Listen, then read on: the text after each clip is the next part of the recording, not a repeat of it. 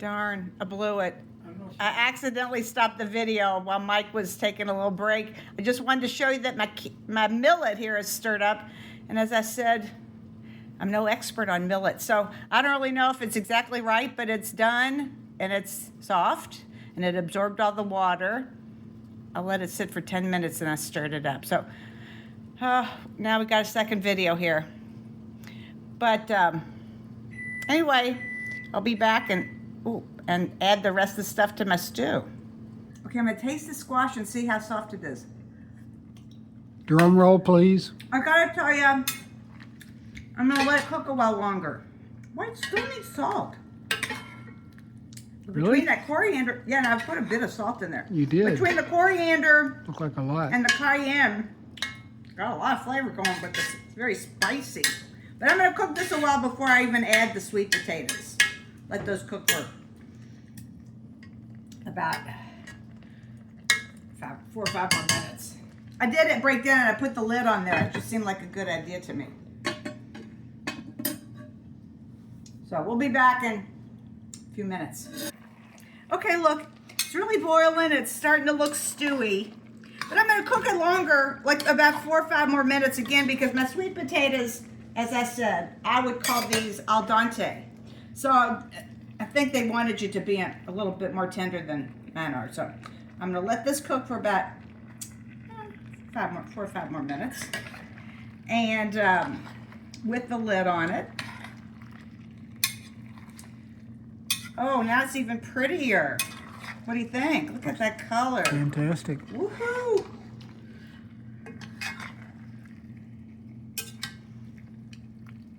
And after my sweet potatoes are nice and tender, the last things to go in here are, instead of tomato juice, I have V8 and the peanut butter. That really is going to be hopefully the rug that ties the stew together will be this peanut butter. There's the Alton Brown peanut butter dispenser. Well, he exposed me to it. He introduced me to that measuring device, which I use. It's good for sticky stuff like peanut butter. I'll show you when I put it in there. All right, I'm gonna cover this again. We'll be back in 4 or 5 minutes. Okay, look, here's my pot. Looks great. I'm gonna say that the sweet potatoes. It's boiling happily. It is definitely. And the other thing is, I'm still not done. I'm gonna let it cook for a few more minutes after I put in. Did you try a sweet potato? No, not yet. I'm gonna put in, it called for 2 cups of tomato juice. So what I have here is a can of V8, which is not quite 12 ounces. And then I put a little bit of water in my tomato can to supplement it. That's good. And last, and totally not least, is my cool little smusher thing with the peanut butter. See, I'm just gonna push it out. See? You just scrape it right off there. Not bad, huh? How handy is that? Isn't that a good tool? It's really good for sticky stuff like this. I mean, really, this is totally the best use of it, I think. Something like peanut butter. It's worth it just for that. Mm-hmm. I don't know what else. I might put, I don't know. Really, that's something sticky in my book. I don't know. It's got all kinds of other measurements, but I never use it. Mayonnaise. Could put mayonnaise in there, sure. Mm-hmm.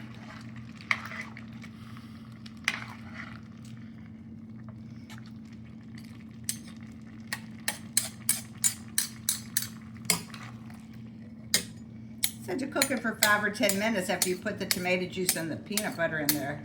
I'm not going to cook it for 10 minutes. I'm going to cook it for 5 minutes. Let everything meld together here.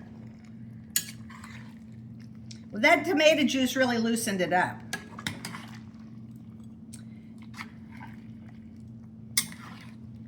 So, let me see. I'll have a sweet potato as you suggested to see how soft they are. Get all that peanut butter off there.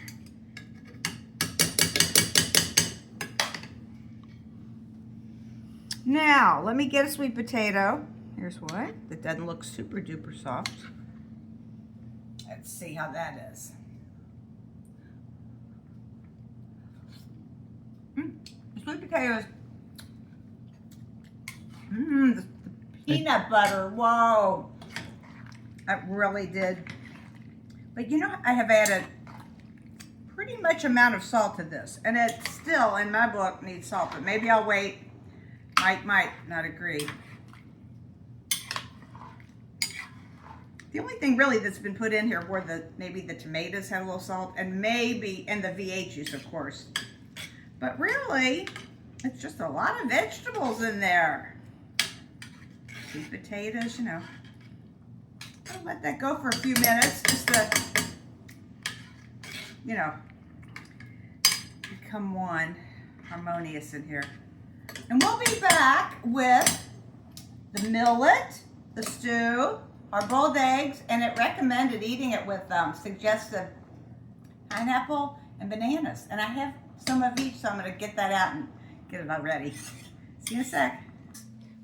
Here's Mike's plate to start with, and I'll be right back, or unless you want to follow me over here. I'm going to put an egg on there, and as I know this sounds weird, but I guess it's an African thing. Bananas and pineapple. Sounds good to me. Look at, there's Mike's plate with some bananas, pineapple, and a jammy egg on there. Okay, I'll be back with my plate too here. You want to turn that off? There's my plate. And Mike is skeptical about the bananas and the pineapple with it, but you know me, I'll try anything. And I like my sweet and savory, so there's my jammy eggs. Ooh, they look good. So Mike, you ready to give it a little taste? You're going to take a bite of banana and pineapple and egg. I don't care how you try it, but just try the stew right now and see what you think. Is that what your intention is? Not all at once, but eventually I'll try it all together. But just taste the stew first and see what you think. The stew and the millet. I'm going to get up close to a little bit of millet on my plate so you can see it. It's nice little round pellets. I'm getting a lot of peanut butter right up front. Yes, that was just and it's kind of hot. It's kind of lively. It's spicier than I thought it was going to be. Yes, well, I'll tell you, between the half a teaspoon of cayenne and 2 tablespoons of coriander, that's a lot. So what do you think so far? Very tasty. Is it good? Mm-hmm. Now, I see what you mean about eating an egg with fruit, but just I think do it however you want to try it. Okay. Okay. Well, this part of it, the millet and the stew, the veggie stew, part. Yeah, it was really good. It's just full of veggies between the sweet potato and the eggplant, which of course has disappeared, and all the squash and the peppers and the tomatoes. Oh, there's a lot of vegetables, which thrills me. I can't wait to try it. I'm going to add a little bit of more. Try the egg with I've got plenty more eggs over there. And then do the banana and pineapple kind of together. Mm-hmm. What you say? But the egg. Egg is a nice addition to that. Well, let me just say everything is totally vegan except for the egg, of course. But the whole dinner, let me just say, I lied again. There's 2 tablespoons of butter, which you don't have to put. But there were 2 tablespoons of butter that I put in the millet. But the stew is vegan. Totally. And very full of protein because of the peanut butter. Anyway, I'm going to give it a try, and I'll be right back. Okay, I tried this stew. Ooh. I put a little Maldon crunchy salt or flaky salt, whatever, on top of it. It is delicious. And that little half a teaspoon of cayenne is perfect. It's spicy. For us, it's perfect. It's not too spicy, but definitely, with my egg with it, that's good. The eggplant has just, there's the eggplant right there. It's, So soft. in a Everything good has way. that nice soft.